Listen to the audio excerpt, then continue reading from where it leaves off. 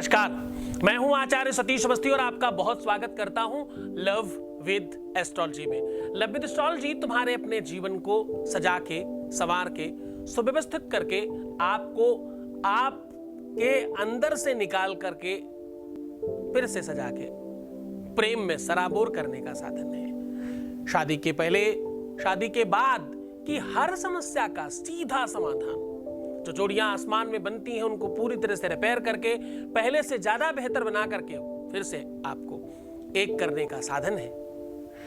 जब आपका हजारों लाखों प्रयास करने के बाद भी काम नहीं होता तो लव विद एस्ट्रोलॉजी आपके अपने जीवन को त्वरित लाभान्वित कराती है। यहां पर थैंक यू बोलने की पद्धति है, परंपरा है।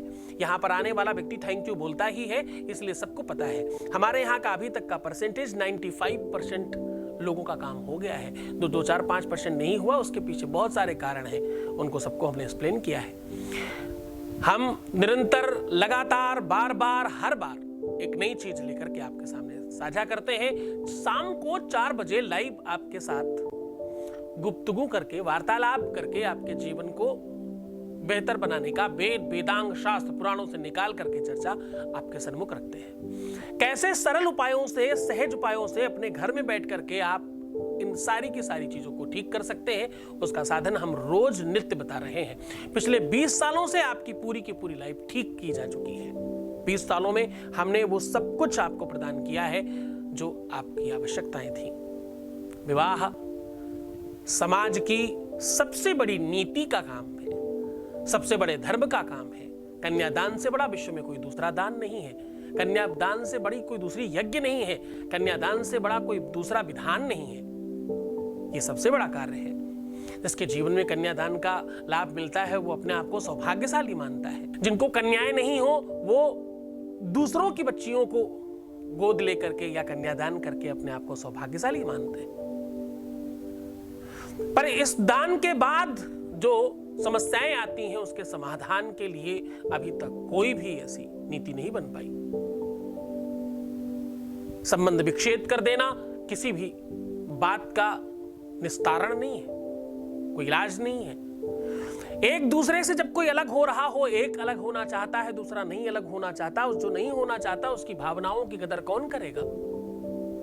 चाहे वो रिलेशनशिप में बात हो, चाहे प्यार में हो, चाहे शादी के बाद की कोई अव्यवस्था हो या शादी नहीं हो रही हो इसमें कोई अव्यवस्था हो, वो जो एक व्यक्ति परेशान है उसको कौन सुनने वाला, समझने वाला है? उसको कोई नहीं है। इसलिए हमने लव विद एस्ट्रोलॉजी का निर्माण किया और आपके सामने इस व्यवस्था को साझा करते हैं। रोज आपके हर बात की पूरी तरह से तफ्तीश करके, उसका रिसर्च करके हम आपको उसका समाधान बताते हैं। आपकी हर बात गुप्त रखी जाती है, आपकी कोई भी बात उजागर नहीं की जाती। कभी हम YouTube पे उनकी ही कॉल्स लेते हैं, उनका ही मैसेज लेते हैं जो चाहते हैं, जिनकी इच्छा है कि आप करिए इस प्रकार से।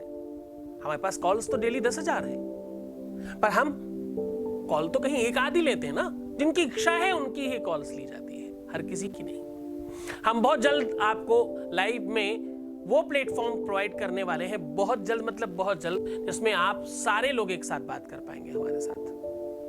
हम एक दिन में 20-50 कॉल्स भी लेंगे, हम उसकी भी प्रबंध करने में लगे हैं। बस आपका जो श्रद्धा और विश्वास, जो आपकी गुरु भक्ति है, इसको थोड़ा और बेहतर रखने की कोशिश करिए, क्योंकि इसके बगैर कुछ नहीं संभव हो सकता। आज मैं कह रहा हूं गेट योर लव बैक।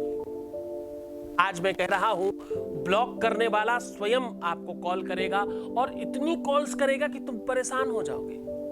जिसने ब्लॉक किया था, जिसने तुम्हारा फोन लेना, तुम्हारी आवाज सुनना, तुम्हारे मैसेजेस लेना, हर एक सोशल प्लेटफॉर्म से तुम्हें ब्लॉक करके रखा था, वो स्वयं आगे बढ़कर के आपको अनब्लॉक करेगा और इतनी कॉल्स करेगा कि तुम्हें कट करना पड़ेगा। तुम्हें बोलना पड़ेगा भैया बस करो।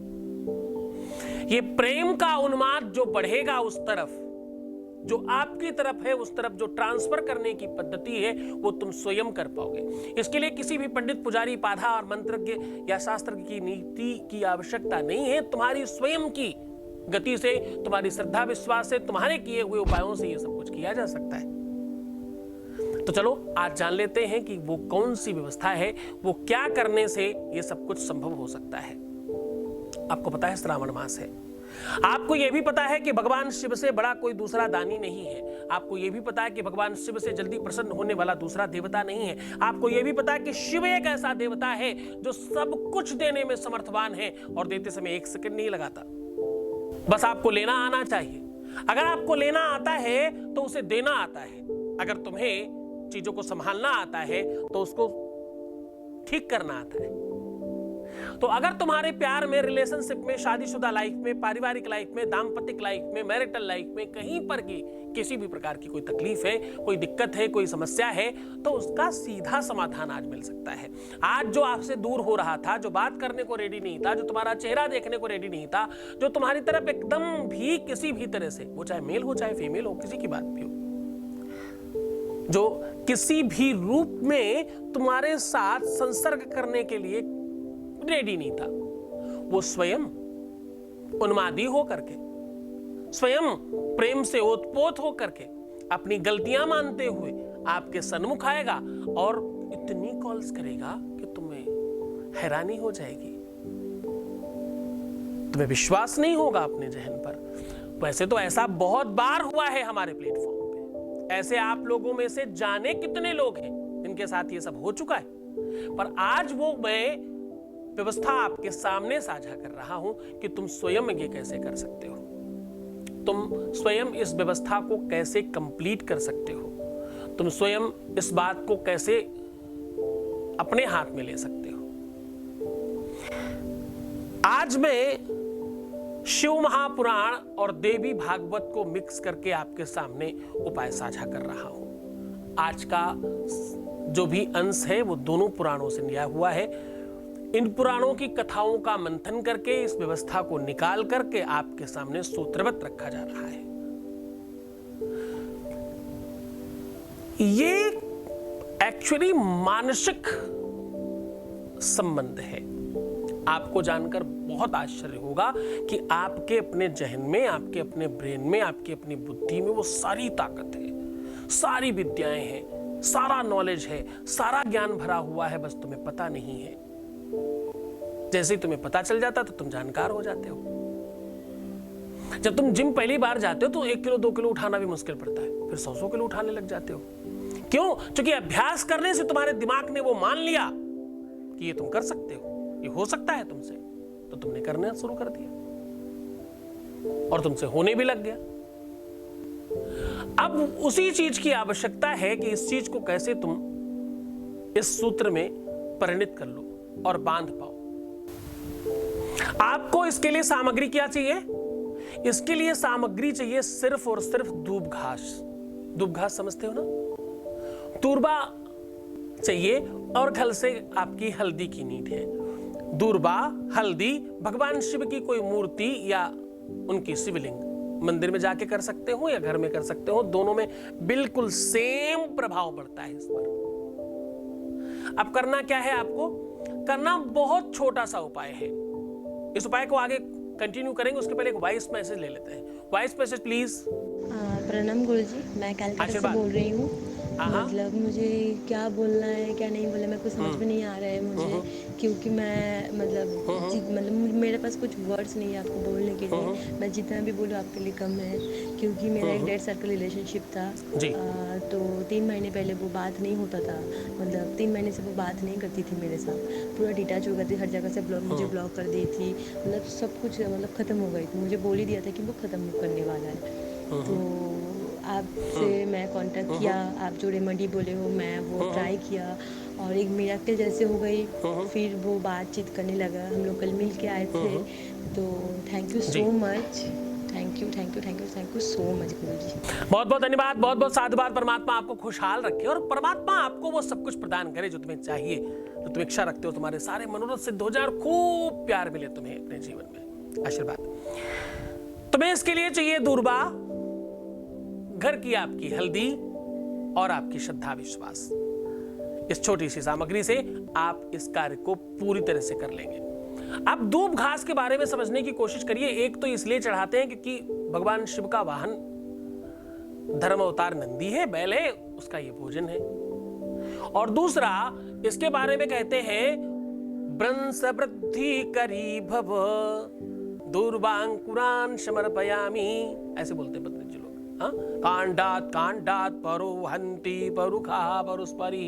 ये वेद का मंत्र है। ये कहता है कि दूर्वा चढ़ाने से आपके अपने वंश पर जितनी भी पुरानी सी पुरानी पाप ताप हो, कुछ तकलीफें हो, किसी प्रकार का दोष लगा हो, तुम्हारी कुंडली में किसी प्रकार का दोष हो जिस वजह से तुम्हारे जीवन में प्रेम खत्म हो गया हो। प्रेम का दूसरा नाम हरियाली है और हरियाली का वास्तविक सूचक दूर्वा है। जब भगवान शिव को आप दूर्वा चढ़ाते हो तो आपके अपने वास्तविक प्रेम में 100% त्वरित वृद्धि होती है। बस चढ़ाने का तरीका और ढंग आप समझ लीजिए। दूर्वा की एक गांठ बनाइएगा। गांठ कम से कम आपके अंगूठे के मोटाई के बराबर होनी चाहिए। कम से कम बता रहा हूं, मैक्सिमम आप ज्यादा भी ले सकते हो, उतना भी ले सकते हो जितना आपको अवेलेबल मिल जाए। मिनिमम आपके अंगूठे के साइज से कम नहीं होनी चाहिए। अब इसके दो तरीके हैं। या तो आप उस दूर्वा की अंगूठे के बराबर की गांठें, अंगूठे के बराबर की गड्डी ले लेके पूरी माला बना लीजिए 108 की, सर्वश्रेष्ठ है। नहीं मिलती, केवल एक अंगूठे के बराबर की एक गड्डी बना लीजिए, माली को बोल दीजिए, वो आपको दे देंगे, है ना। आपके गमले में भी लग सकती है, आपके घर के बाहर, फ्लैट के बाहर पार्क में लगी होगी, वहां से आप उठा सकते हो। बहुत सुलभ है। अब इसको सिर्फ आपको हल्दी से रंगना है और हल्दी से रंगने के लिए आपको सिर्फ और सिर्फ अपनी रिंग फिंगर और अंगूठे का पूरा इस्तेमाल करना है, यहां हाथ के नीचे तक, ये शुक्र पर्वत तक। यानी आपकी रिंग फिंगर पूरी रंग जानी चाहिए उसे रंगते रंगते। आपका अंगूठा और ये पूरा का पूरा पोर्शन रंग जाना चाहिए उसको रंगते रंगते। खूब अच्छे से ऐसे रगड़ रगड़ के हाथ से पूरा उसको पोत पोत करिएगा, पूरा बढ़िया से रंग दीजिएगा। अब रंगने के बाद करना आपको ये है, उसी रंगी हुई हल्दी में आप जो भी कपड़े पहने हो, कुछ भी हो, खराब हो, अच्छे हो जाए, कुछ मत सोचना। मस्तक में लगाना, गले में लगाना, कंठ में लगाना, अपनी नाभि में लगाना और भगवान शिव के ऊपर रख देना। अब देखो, ये एक्चुअली तंत्रोक्त साधना है। सही तरीका तो ये है कि आपने स्पर्श कर लिया तो झूठा हो गया, नहीं चढ़ा सकते। पर हमारा बाप है यार, हमारा पिता है, वो हम तो कुछ भी दे सकते हैं। पिता को जबरदस्ती हम जूठा खिला देंगे, ऐसी कौन सी बात है। तो वो मान्यता पर है, श्रद्धा पर है, वो विश्वास पर है, वो व्यवस्था पर है, वो आदेश के ऊपर बात है ना। स्पर्श करके उनके चरणों में चढ़ा देना है, चाहे माला हो तो भी और एक गांठ आप चढ़ा रहे हो तो भी। ये काम सोमवार, प्रदोष को, गुरुवार को, शुक्रवार को, मंगलवार छोड़ करके किसी भी दिन किया जा सकता है। आप ऐसे भी समझ सकते हो। सिर्फ और सिर्फ मंगलवार को नहीं करना, क्योंकि वो अग्नि तत्व का द्योतक है और उस दिन करने से चीजें थोड़ी कम अच्छी होंगी। तो आप मंगल अवॉइड करें, बाकी किसी भी दिन किया जा सकता है। इसमें एक चीज का बहुत विशेष ध्यान रखिएगा कि जो हल्दी रंग को गीला करने के लिए आप इस्तेमाल करेंगे वो या तो गंगा जल हो, या तो गुलाब जल हो, या तो कच्चा दूध होना चाहिए। पानी का इस्तेमाल नहीं करना है, पहली सावधानी। दूसरी सावधानी ये कि करते समय चाहे रंगते समय चाहे करते समय कोई टोक टाक नहीं आए। उस समय कोई फोन कॉल, कोई मैसेज, कोई दूसरा काम नहीं कीजिएगा। तीसरी सावधानी सबसे बड़ी, इस उपाय को पूरी गुप्त तरीके से करिएगा, बहुत हो हंडा नहीं करिएगा, बहुत ज्यादा इसको सोशलाइज मत करिएगा, बहुत चुपचाप शांति से बिना किसी को बताए बहुत एकांत में करने की कोशिश करिएगा। एकांत इंद्रसेन मंदिर में अगर आप रंग वंग के जाते हैं और चुपचाप चढ़ा के चले आते हैं प्रणाम करके, तो कौन किसको ही पता चलता है। समझ आ गया। ये काम आपको मंगलवार छोड़ करके किसी भी दिन किया जा सकता है, किसी भी समय किया जा सकता है। पूरी श्रद्धा और विश्वास के साथ कीजिएगा। करते ही श्रावण अपने आप में बहुत महत्वपूर्ण है। इस बार का सावन का अगर आपने लाभ नहीं लिया तो आप समझ जाइएगा जीवन में कभी इसका बेनिफिट आपको नहीं मिल पाएगा। इस बार का सावन बिल्कुल भी खाली मत जाने दीजिएगा। वैसे तो सावन के बाद भी इन दिनों में किया जा सकता है, पर श्रावण बहुत अतिशय ज्यादा कारगर काम करता है। तो करिए ये उपाय, आनंदित रहिए, सुव्यवस्थित रहिए। परमात्मा आपको खूब खुश करे, आपकी हर समस्या का समाधान करे, पूरी तरह से आपको प्रसन्न करे, आपके जीवन में खुशियां लाए और आपको खूब प्रेम में सराबोर करे। ओम नमः शिवाय।